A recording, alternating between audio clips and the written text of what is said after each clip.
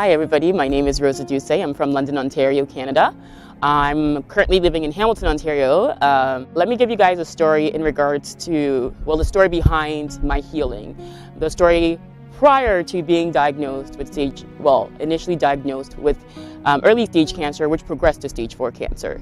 I went to the doctor's office because I had a little bit of a bump in my armpit.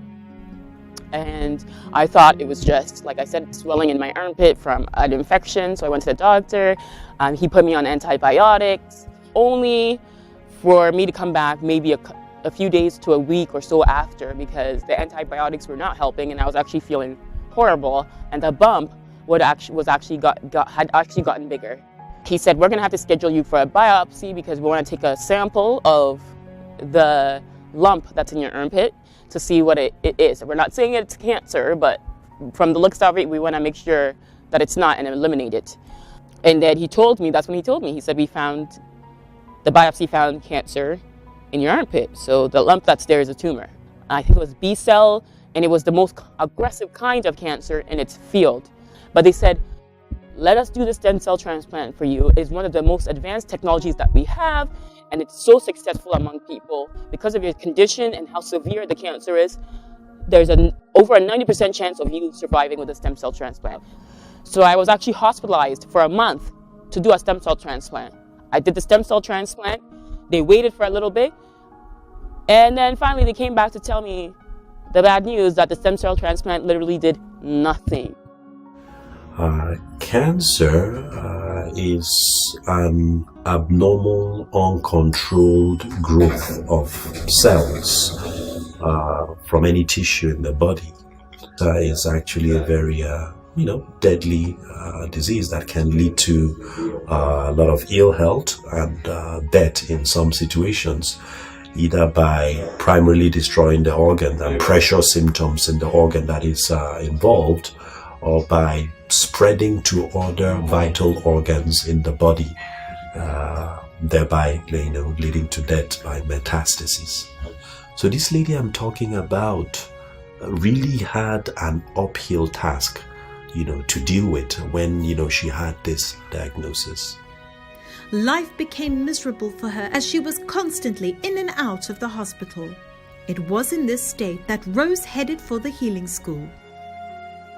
Let me tell you, the first day I walked into the healing school, that all changed completely. I just felt it. I just felt when I walked in that it was different. So on the last day when Pastor Chris was coming, I had already mentally and spiritually prepared myself through prayer and fasting.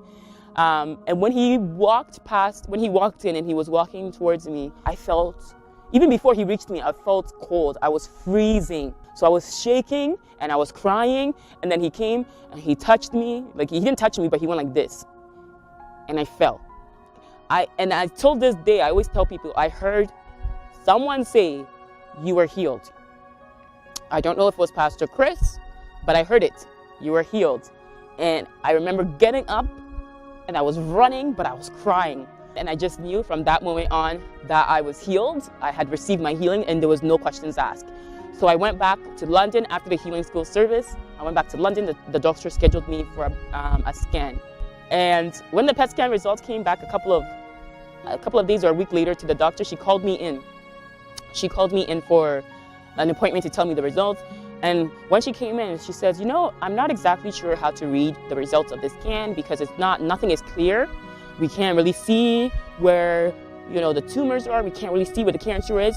So what I'm going to have to do is schedule you for another scan. And the scan that she was going to schedule me for was going to be a couple of months down the line because you can't do a PET scan or a CAT scan too close together because it's not safe for the body. So I went back in for the second PET scan.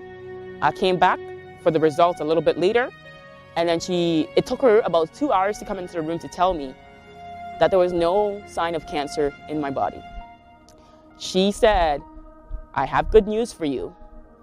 Based on the results, there is no sign of cancer in your body. I was at the meeting with my dad. My dad just jumped up and he said, hey, like that. He's like, hey, like that. And I was shocked because even though I was ready, even though that's what I was waiting to hear, when you hear it, you know, I was shocked, so I couldn't even move. And my dad was here. My dad said, "Did you hear? There's no cancer," you know? And then when I finally came to, I said, "What did you say to the doctor?" Because I wanted to hear it again. And she said, "We can't find cancer on the scan. There's no cancer." So me and my dad ran outside, and I just started jumping around and screaming. And I was holding my dad, and my dad was holding me. And we were just jumping up and down. Hey, my gosh, you know, just very happy. I thank God for Pastor Chris and the members on that healing school for all the things that they done for Rose to be delivered from this such a cancer, stage 4 cancer. Now Rose is cancer free. I thank God for that, and she is back to school. So the joy of this family was infectious. Since then, she has been declared she's been cancer free.